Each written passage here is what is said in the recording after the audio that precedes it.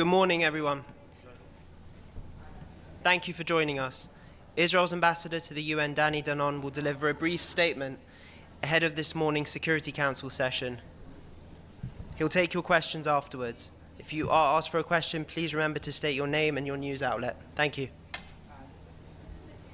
Good morning. For over a year, we have exposed UNRWA Gaza as a terrorist front posing as a humanitarian agency. The scandals tied to UNRWA Gaza are staggering, almost countless. Months ago, we revealed that over 100 UNRWA employees were Hamas operatives, providing their names and Hamas IDs to the UN. Yet, no action was taken. More recently, we exposed an UNRWA clinic in Gaza which was being used as a weapons depot and launch site. At the same time, the head of UNRWA's Teachers Union in Lebanon was also a Hamas commander. Today, I will bring news to the Security Council, and we will share the story of Muhammad Abu Itiwi, an UNRWA employee since July 2022, who also served as a commander in Hamas's brutal Nukba forces. He himself personally participated and murdered, raped, and abducted Israelis.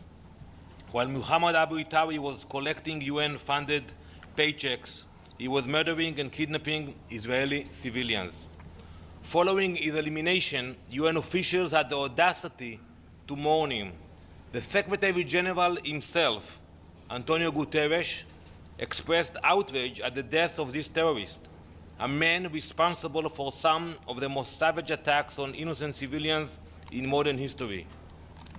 My colleagues, it is legitimate to criticize Israel, to debate the subjects, but it is entirely illegitimate to ignore, dismiss, or blind oneself to what stands so plainly before us. It is neither illegitimate nor moral to disregard the undeniable fact that UNRWA Gaza has become a front for Hamas. And yet, that is precisely what the Secretary General is doing. Look at this picture. You can see Faisal Ali, Musalam, and Naami in the black shirt. Here he is seen loading the lifeless body of Jonathan Samerno into his car, a grotesque trophy bound for Gaza after his terrorist comrades murdered Jonathan at Kibbutz Be'eri. There's also a video that you can find online of this incident. Looking at this horrific image, one must ask, how does kidnapping and killing civilians fit into an UNRWA employee's job description? Where in UNRWA's mandate is this justified? You're going to hear a lot from council members about UNRWA in a few minutes. I'm going to ask them, are they aware of what the money they are donating to UNRWA is being used for? There is no longer any plausible deniability regarding UNRWA's infiltration by terrorists. Nor are there any excuses left. These vile scandals cannot be swept under the rug any longer. This Council, the international community, and the entire UN must confront the facts that UNRWA Gaza is beyond redemption, beyond reform, beyond any justification. We must turn the page now. Thank you. Ambassador, the SG said in a statement yesterday late night that the implementation of these laws would be detrimental for the resolution of the Israeli-Palestinian conflict. Do you agree with that? And what's your reaction to this? Absolutely not. We will continue to work with the UN. We will continue to work with UN organs who are focused on humanitarian assistance to the Palestinians, but not in terrorism. We are proving that that's pure terrorism. You have WHO, UNICEF, World Food Programme, dozens of NGOs that operate today in Gaza. We will continue to work with them, but we will not continue to work with UNRWA after what we just exposed. But why didn't you give any proof of your allegations when UNRWA and the UN asked for this evidence last June? We submitted the names of people that we know. It's not that we think, that we know that are terrorists. We haven't got any answers. And usually what UNRWA will tell us that they don't have the capabilities to investigate, to police, and that they work under dire situation inside Gaza.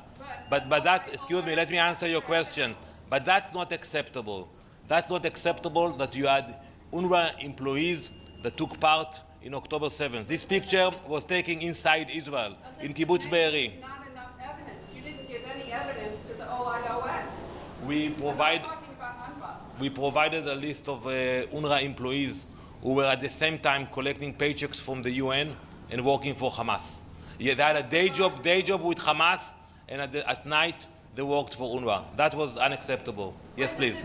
Mr. Ambassador, this is Miriam Ramadi with Iran International. As you said, President Biden emphasized that these laws are going to worsen the humanitarian situation in Gaza. What will Israel's response would be to United States regarding these laws? First of all, we respect the United States and we collaborate with the United States. But I would point out to the fact that the Congress itself here in the United States decided last September to stop funding for UNRWA. The US was the biggest donor to UNRWA. They gave approximately $300 million a year to UNRWA. And still the Congress voted and decided to stop funding at least until 2025. So I think the congressmen who saw the evidence we shared here and other materials were knowledgeable enough to take that action. And I think that if someone wants to support humanitarian efforts in Gaza, he should do it, but he can do it with other organs, not with UNRWA. That will be our recommendation. Thank you very much. What kind of organization would you suggest? So I listed them. WHO, UNICEF, World Food Program. There are dozens of NGOs today that operate in Gaza, and we will continue to collaborate with them. Thank you very much.